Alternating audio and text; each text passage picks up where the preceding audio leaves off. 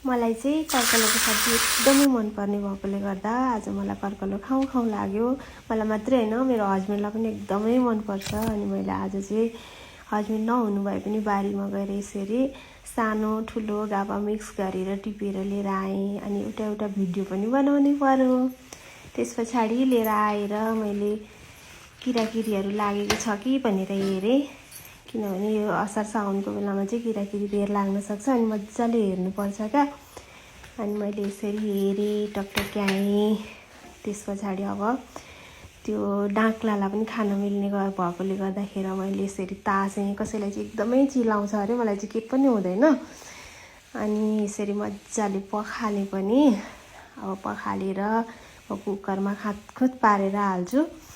अनि अलिकति नुन, अलिकति बेसार, त्यस पछाडि अलिकति जिराको ढुट्टो, अनि अलिकति मिक्स मसला सबै हालेँ। अनि टमाटर पनि लगाउनु पर्यो भनेर 2-3वटा टमाटर चाहिँ काटेँ। त्यस पछाडि अब कुकरमै म यसलाई लगाइदिन्छु माथिबाट। थोरै पानी पनि राख्छु। अनि अब म यसलाई सिटी लगाउन रेडी बनाउँछु। त्यस पछाडि ग्यासमा राखेँ। अनि ग्यास बालिदिएँ। अब केही बेरमा सिटी लाग्छ।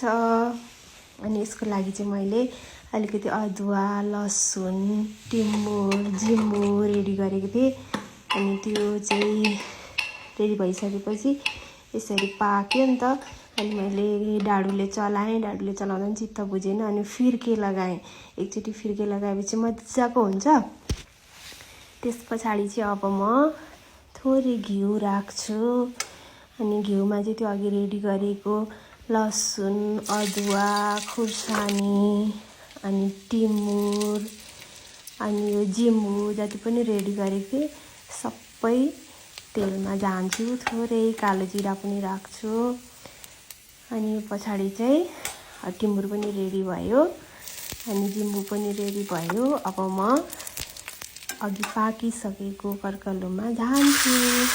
त्यसरी झान्दाखेरि चाहिँ कस्तो मिठो स्मेल आएको थियो क्या। अनि मजाले चलाएँ। अनि अब रेडी भयो नि त। अनि खानासाना बनाइसकेको थिएँ। अब खाना त एक्लै छु, एक्लै भए पनि खानु त पर्यो।